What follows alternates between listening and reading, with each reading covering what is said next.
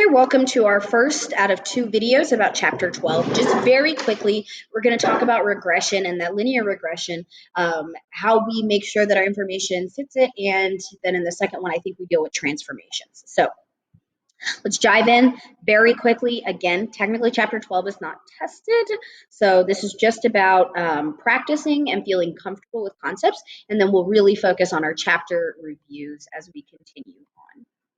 So continue. When a scatter plot shows a linear relationship between a quantitative explanatory variable x and a quantitative response variable y, we can use the least squares line fitted to the data to predict y for a given value of x. You know this from a previous chapter where we dealt with the least squares regression line and line of best fit and all of that. If the data are a random sample from a larger population, we need statistical inference to answer these following questions. Is there really a linear relationship between x and y in the population, or could the pattern we see in the scatter plot plausibly happen by chance? So that's a question we could ask. And finally, if in the population, how much will the predicted value of y change for every increase of 1 unit in x? What's the margin of error for this estimate? So as you increase further up, what's the predicted values of y? How much do they change, and what's that margin of error? So below is a scatter plot of the duration and interval of time until the next eruption of the Old Faithful geyser for all 222 recorded eruptions in a single month. The least squares regression line, or the linear slope line that you see there, for this population of data has been added to the graph, and it is for the y hat equals 33.97 plus 10.36b. And then they've written it in the true least squares regression format. The predicted interval, which is your y hat, is going to be equal to 33.97, your a, plus bx, so 10.36, and your x value is your duration in minutes. We call this the population regression line, or the true regression line, because it uses all of the observations in that month of recording. So suppose we take a single random sample of 20 eruptions from this population. Calculate the new least squares regression line, or our y hat line, for the sample data. How would the slope of the sample line, or the estimated regression line, relate to the slope of the population line? Good question.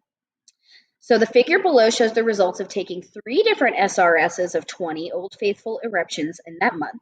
Each graph displays the selected point and the least squares regression line for that sample. What do you notice about these 3 samples? What do you notice about the slopes of these 3 samples? And remember, your slope is the value connected to the x. So the slope in sample A is 10.2, slope in sample B is 7.7, and the slope in sample C is 9.5. So what do you notice about those values, especially in comparison back to the population where the slope was 10.36?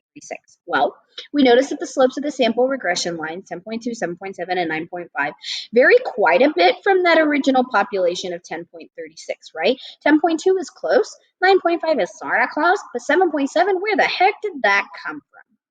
Well, confidence intervals in significant tests about the slope of the population regression line are based off of the sampling distribution of B, or your slope, the slope of the sample regression line.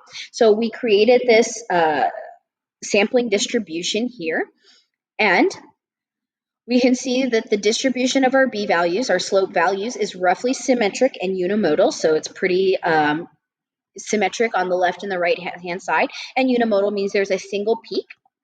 The center of the 1,000 B values is 10.35.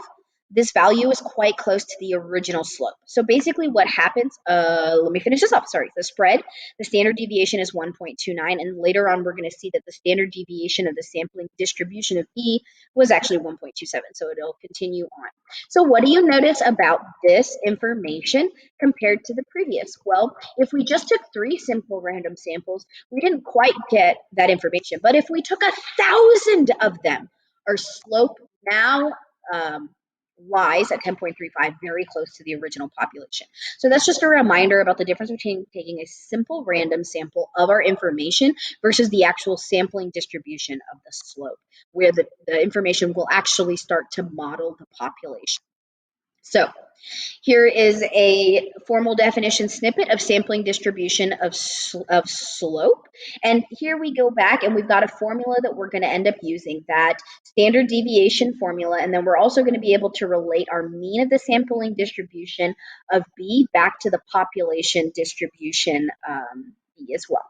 So as long as you're dealing with approximately normal, we can follow those conditions. The conditions for regression inference, the regression model requires that each possible value of the explanatory variable x meets both the mean value of the response variable mu y falls on the population true regression line, and the value of the response variable y follows a normal distribution with a common standard deviation. So again, more conditions. Okay. We have to follow our linear, not our linear line, but so suppose we have n observations of an explanatory variable x and a response variable y. Our goal is to study or predict the y for given x. So we need to have it follow these 5 parts: linear, independent, normal, equal, and random. Linear. So linear, the actual relationship between x and y is linear. You notice that you have a regression line. Independent, the observations are independent of each other. And if you're sampling without replacement, check the 10% condition. Normal, for any fixed value of x, the response y varies according to the normal distribution, or if you graph it yourself, you see a normal curve. Your equal standard deviations is the same for all values of x, and random, it comes from either a well-designed random sample or a randomized experiment. So how do we check conditions for inference? We start by making a histogram, not a bar graph, a histogram or a normal probability plot of the residuals. And then we're also going to make a residual plot. So this chapter is talking about a lot of old prior knowledge. One of the main reasons why I wanted to talk about it still is because it's going to start to connect the dots between things that didn't make sense before, and we're starting to connect those dots now. So examine the scatter plot to check the overall pattern. Okay, so this is just a pretty good, how do I use my histogram or my normal probability plot to check my conditions are met? So I would take a snippet of this and just know that you're using these each time. So let's estimate some parameters, and I think we have an example to run through as well. When the conditions are met, we can do inference about the regression model, and here's that regression model. It models the y hat equals a plus bx, and the first step is to estimate the unknown parameters. You can read through you can read that previous slide if you need to about conditions, and if we calculate the LSRL, the slope of B is an unbiased estimator of the population slope B. And the y-intercept is an unbiased estimate of the population y-intercept of alpha. So remember that the capital B, that beta value, and the alpha symbol are talking about our populations. The remaining parameter is the standard deviation, which describes the variability of the response y about the population regression line. Lots of formal definitions. It'll make a lot more sense when we actually practice it. Here is that LSRL and standard deviation formulas that we would need. Again, this references back to older chapters.